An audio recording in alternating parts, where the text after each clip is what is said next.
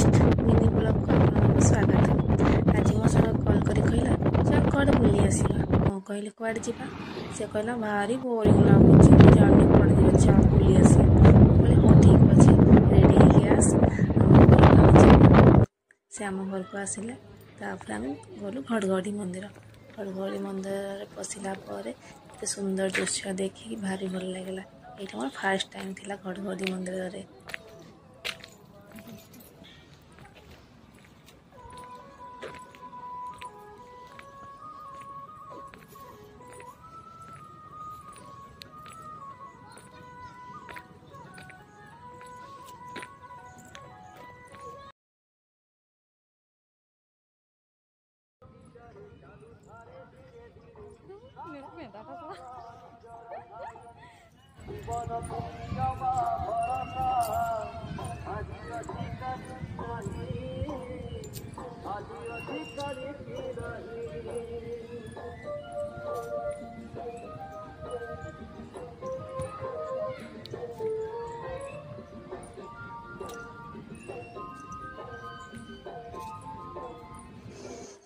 महादेव को दर्शन कर सारा आम चल साई बाबा को दर्शन पाई।